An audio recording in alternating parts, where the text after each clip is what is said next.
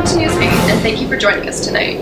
We come to you this evening with some breaking news of a new outbreak to the uncommon Marburg virus. To explain a little, this disease is breaking public health news today as it reappears with an unsettling 5 cases in Uganda.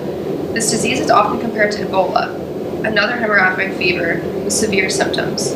We first saw the emergence of this Marburg virus in 1967 in labs from regions of Germany and Yugoslavia with 31 initial cases, quite a ways away from its origin in Africa. The worst outbreak was in Angola in 2005, resulting in over 200 deaths at a 90% case fatality rate.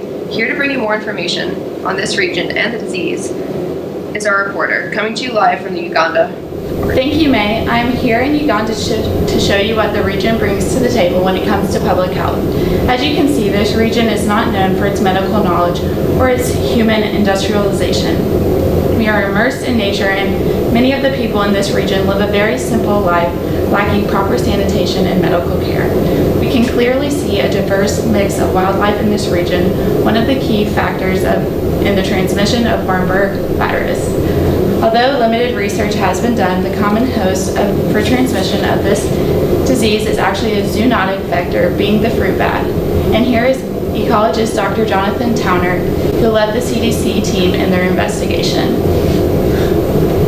Thank you. Interaction with these animals, as well as human-to-human interaction, can give rise to the transmission of the disease. As you can imagine, much of Africa is booming with natural habitats, one of those being the cave where the fruit bat commonly resides. These habitats and ecological melting pots cover the African landmass, which explains why the high fruit bat population exists in these regions, and likely will continue to be a suitable environment for the host carrying the Marburg virus, an incredibly serious agent. We have caught these bats separately in 3 different health districts. Russet bats carry the Marburg virus in other parts of Africa, so we had known to look into this first. Through testing samples from 4 of the 5 Marburg virus carrying bats, we had found genetically diverse strains of the virus in each of them. Back to you, May. So tell us, Allie, is this the first outbreak since 1967? I mean, that's a long time for a disease to stay so dormant. That's a great question. This disease has actually resurfaced since that initial outbreak in various locations across the globe over the span of many years. We've seen cases primarily in Uganda, but as well as Kenya and the Democratic Republic of Congo. Since the discovery of the disease in Germany and Yugoslavia, the only non-African origin case we've seen was a laboratory contamination in Russia back in 1990. This disease otherwise has a fairly strict distribution across Africa alone. You make it sound like this issue isn't very large. Can you explain to us a little more why this new outbreak is causing such a stir? I think the important most change to how the public health sphere is dealing with this issue right now is truly just informing the people of these regions. We always say that we can't let history repeat itself when it comes to political and economical issues, but I think it's really key to carrying out the policy through these public health issues as well. I think, without these past outbreaks, we would lack a lot of knowledge in regards to how this disease spreads. But utilizing these past events can really allow us to limit the number of cases as well as deaths that we're seeing with this current outbreak. I'm sure Dr. Towner can explain this in a better light and how the medical side of this outbreak can be managed and the various preventative measures that these people can implement in order to avoid contributing to this terrible health threat.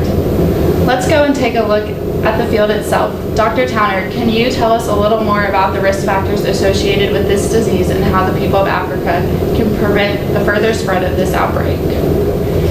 Absolutely, Allie.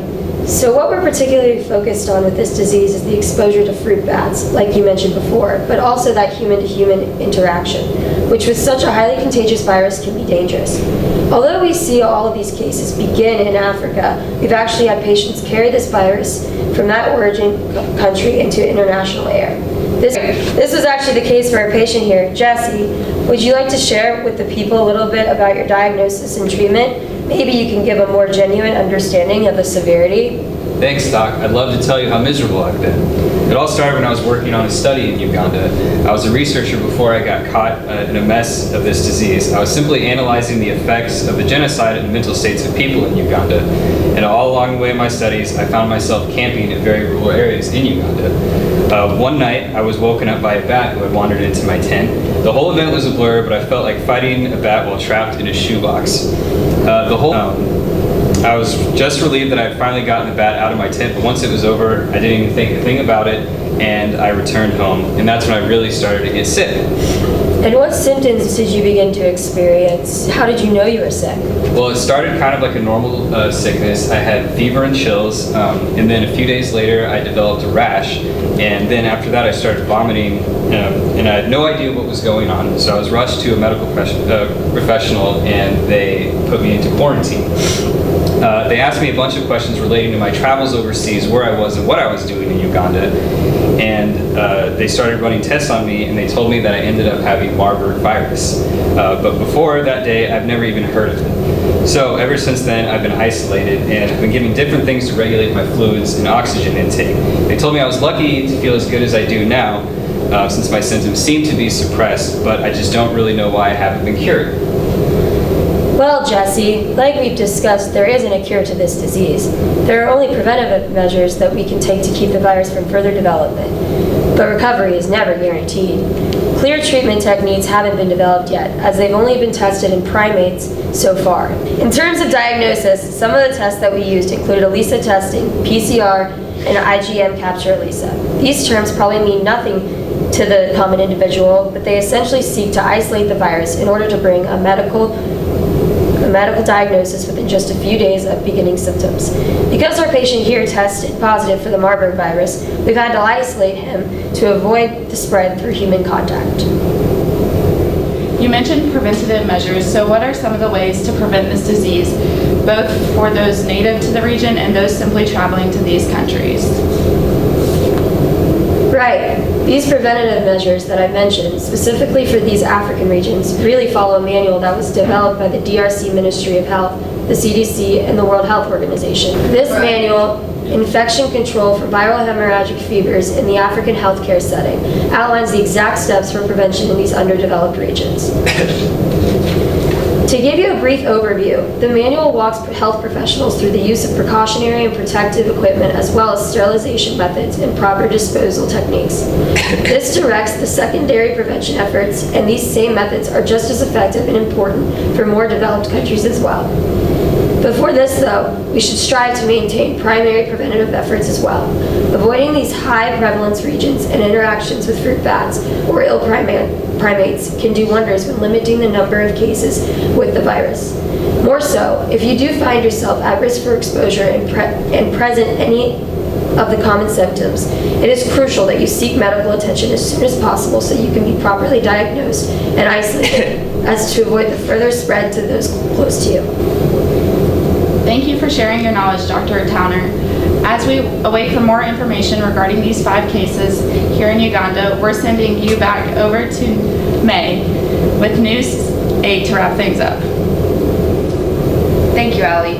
Bringing you guys back in now, we're just waiting on results from research pertaining to these cases and hoping that the experimental treatments are gaining speed so that we can see an effective treatment emerge soon. We'll bring you all the updates on the story as they come in. Thanks for tuning in to News 8. This is May, bringing you all the latest news in the world of public health.